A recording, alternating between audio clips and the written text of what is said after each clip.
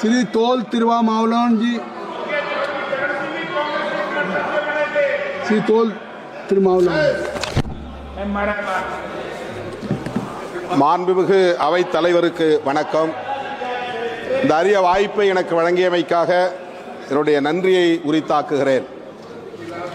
அரசமைப்பு சட்டம் ஏற்கப்பட்டு 75 ஆண்டுகளை தொட்டிருக்கிற நிலையில் அதை கொண்டாடும் வகையிலே 2 நாட்களாக இந்த அவை புரட்சியாளர் அம்பேத்கர் அவர்களை போற்றிக் கொண்டிருக்கிறது. புரட்சியாளர் அம்பேத்கர் அவர்கள் 3 ஆண்டு காலம் அல்லும் பகலும் அயராது உழைத்து ஒரு புதிய இந்தியாவை, சமத்துவ இந்தியாவை கட்டமைப்பதற்காக இந்த நாட்டுக்கு ஒரு அருட்கொடையாக வழங்கிய சட்டம்தான் இந்திய அரசமைப்பு சட்டம்.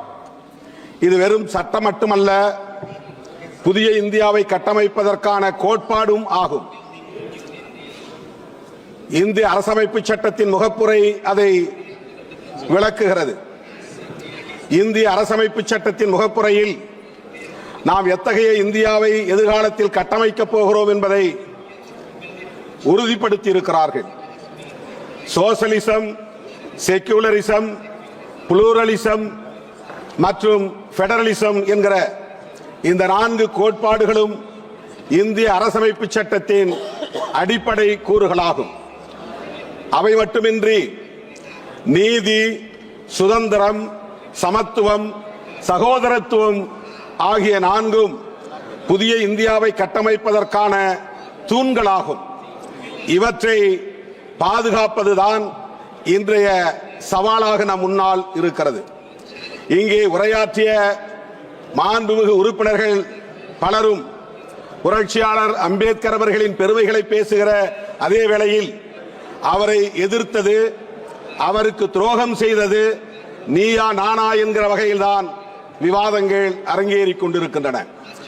எந்த அளவுக்கு இந்த 75 ஆண்டு காலத்தில் அரசமைப்பு சட்டத்தை நடைமுறைப்படுத்தி இருக்கிறோம், வெற்றிகரமாக அவற்றை நடைமுறைப்படுத்தி புதிய இந்தியாவை கட்டி எழுப்பியிருக்கிறோம் என்பது குறித்து உரையாடல்கள் இல்லை என்பது வேதனை அளிக்கிறது. புரட்சியாளர் அம்பேத்கர் அவர்கள் இந்த அரசமைப்பு சட்டம் ஏற்கப்படுவதற்கு முதல் நாள் 1949 ஆண்டு நவம்பர் திங்கள் 25ஆம் நாள் அரசியல் நிர்ணய சபையில் ஆற்றிய உரை, இறுதி உரை வரலாற்று முக்கியத்துவம் வாய்ந்தது. 3 ஆண்டு காலம் அரும்பாடுபட்டு உழைத்து உருவாக்கிய அந்த அரசமைப்பு சட்டம் குறித்த கவலையை அவர் வெளிப்படுத்துகிறார். வருகிற 1950 ஜனவரி 26 அன்று இந்த தேசம் ஒரு குடியரசாகிவிடும். அது மகிழ்ச்சி அளிக்கிறது. ஆனால் இந்த தேசத்தின் எதிர்காலத்தை எண்ணி நான் வேதனைப்படுகிறேன்.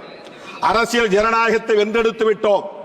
ஆனால் சமூக ஜனநாயகம் கேள்விக்குறியாக நிற்கிறது. பொருளாதார ஜனநாயகம் கேள்விக்குறியாக இருக்கிறது.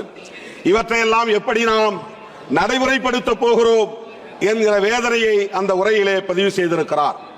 சுதந்திரம் இல்லாமல் சமத்துவம், சகோதரத்துவம் இங்கே நடைமுறைக்கு வராது.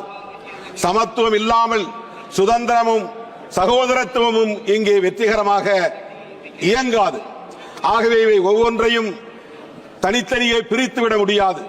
சுதந்திரம், சமத்துவம், சகோதரத்துவமாக ஆகிய 3ஐயும் ஒரே நேரத்தில் நடைமுறைப்படுத்துகிற போதுதான், வெற்றிகரமாக நடைமுறைப்படுத்துகிற போதுதான் இங்கே சமூக ஜனநாயகத்தை நாம் உருவாக்க முடியும் என்கிற கவலையை பதிவு செய்கிறார்.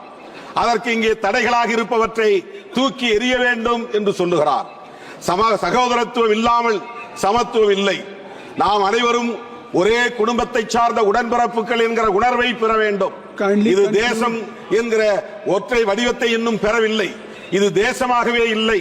ஆகவே நாம் அனைவரும் ஒரு தேசிய இனம் என்று கூட சொல்ல முடியாது.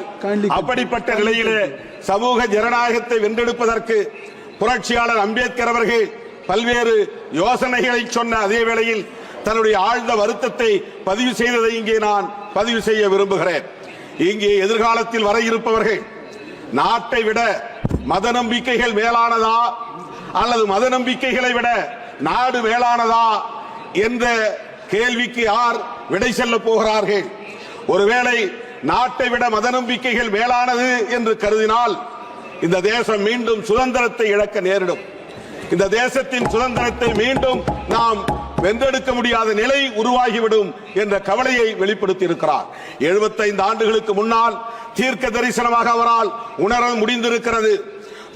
மத நம்பிக்கையை உள்ளவர்களின் கைகளில் ஆட்சி அதிகாரம் சிக்கிக் கொண்டால் நாட்டை விட மத நம்பிக்கைகளே மேலானது என்பதை அவர்கள் உறுதிப்படுத்தக்கூடிய நிலை உருவாகும் என்பதை இங்கே சொன்னார். புரட்சியாளர் அம்பேத்கர் சொன்னது இங்கே இப்போது நடைமுறையில் இருப்பதாகத்தான் நம்மால் உணர முடிகிறது. புரட்சியாளர் அம்பேத்கர் அவர்கள் வாழ்ந்த இடத்தை சர்வதேச நினைவகமாக மாற்றியிருக்கிறீர்கள்.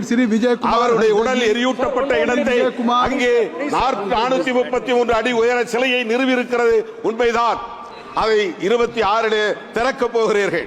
புரட்சியாளர் அம்பேத்கர் லண்டனில் வாழ்ந்த இடத்தை நினைவிடமாக மாற்றி இருக்கிறீர்கள். ஆனால் அவருடைய பெருமையை போற்றுகிற அதே வேளையில் அவர் உருவாக்கிய அரசமைப்பு சட்டத்தில் ஆன்மாவை தகர்க்கக்கூடிய ஜனநாயகத்தை தகர்க்கும் பொருளாதார அடிப்படையிலான இடஒதுக்கீட்டு முறையை இங்கே சட்டமாக்கி இருக்கிறீர்கள். இது அரசமைப்பு சட்டத்திற்கு எதிரான தாக்குதல். ஆனால் schedule cost, schedule tribes, OBC மக்களுக்கான இடஒதுக்கீட்டிற்கு சட்டமில்லை. श्री विजय कुमार जी धन्यवाद।